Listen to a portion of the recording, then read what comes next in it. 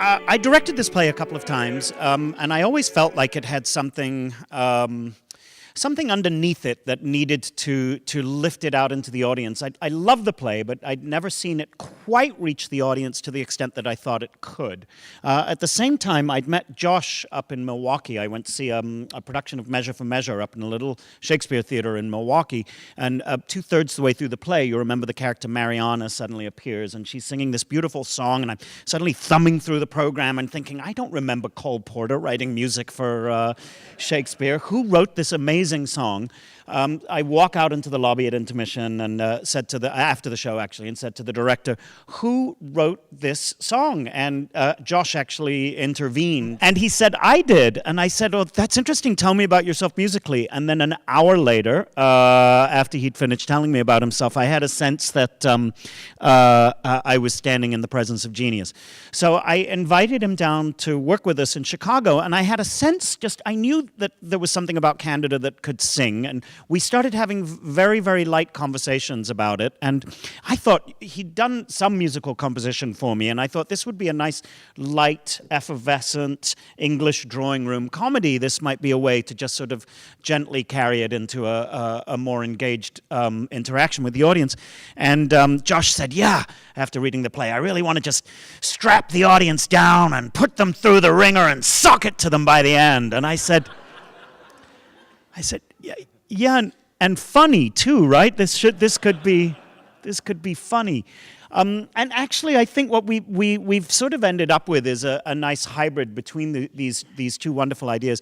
The basic notion of Candida is about a minister, his wife, and the young poet that they invite to come and stay with them for a weekend. And in 1898, Shaw is writing about really the sort of gentle breakdown that can happen in a marriage after a certain amount of time together where you just start to take each other for granted.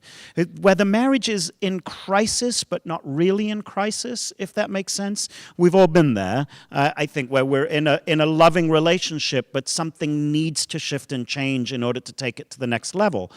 The young poet, not necessarily understanding the maturity of the relationship, comes in and starts noodling at everybody in the house and sends what would be probably a difficult conversation just into circumstances of chaos. So we felt like maybe, after a lot of discussion, we felt that perhaps what Shaw was trying to do was to articulate the values of moving from a 19th century relationship into a modern relationship, but just didn't have the vocabulary to be able to do that. In 1898, you would not sit down with your spouse and say, I don't feel that I'm getting everything out of this relationship and that I think I could. I'm not sure you're valuing me.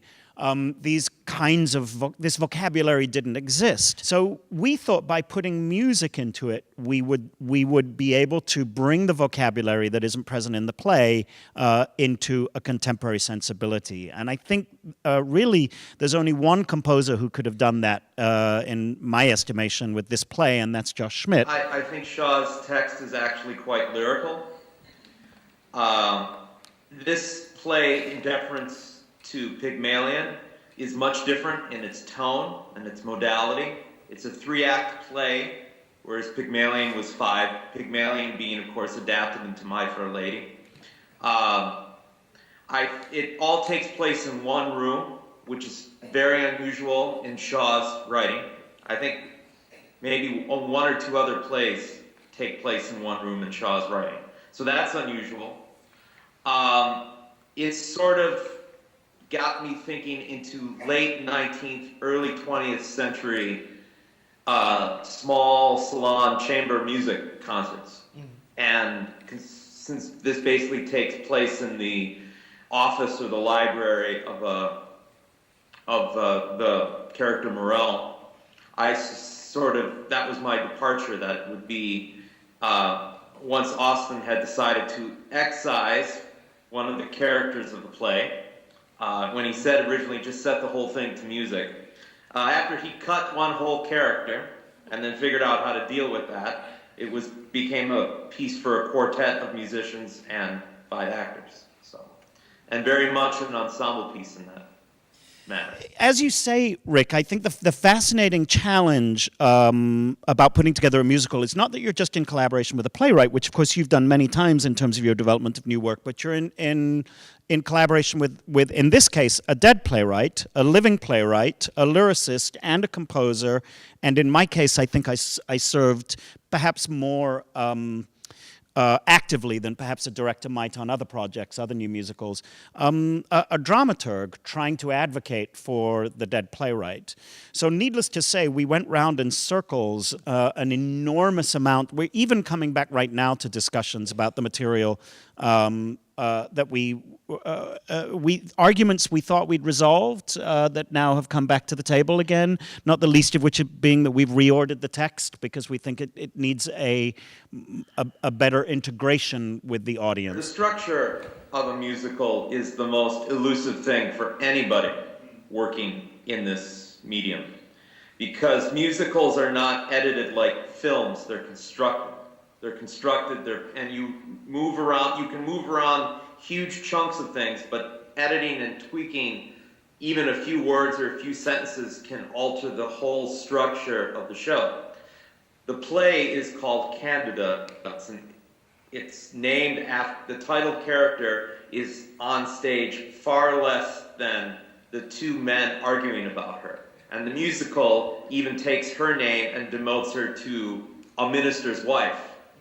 And what Michael is talking about in the reordering of the structure of the show makes the show much more about her perception of the argument rather than you trying to navigate your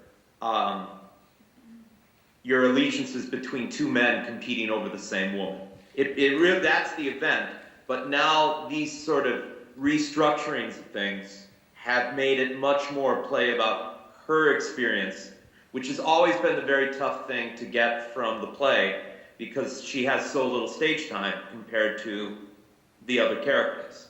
And we've even brought up the relationship of the supporting cast to sort of have more equal weight and have something to say within the argument.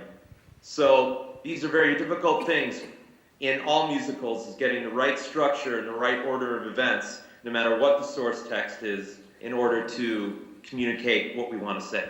It's all different. Every aspect of it is there's no one way that it functions. It's a constant back and forth. Somebody has whoever has the first idea has the first idea. In every process that I've been involved in, there is no standard way of working. Maybe when you get teams of people who've been working together for years, Candor and Ebb, that kind of thing, they might have a set way of working, but I'm a mercenary, so it's always different, and in the fact that it's always different, it's never dull. So a lot of the times in this one, it was dealing with a lyric that Jan had started and then working on that lyric to structure nicely into the book in a certain section, and then taking her words as the inspiration to drive the music, which are ultimately all coming from Shaw. I encourage a read of the play beforehand because it's not essential by any stretch of the imagination, but it'll just give you, the two pieces almost exist side by side as a conversation with each other. I think it'll be fun for you to do that and then come and see it, especially in light of this conversation. And I'm sorry, sometimes I know we're speaking in half thoughts here, partly because we came up with this idea, I think, ultimately in 2007. So it's now been 6 years of talking with each other about it. So we assume you've been a part of those conversations all along, and you know exactly what we're talking about.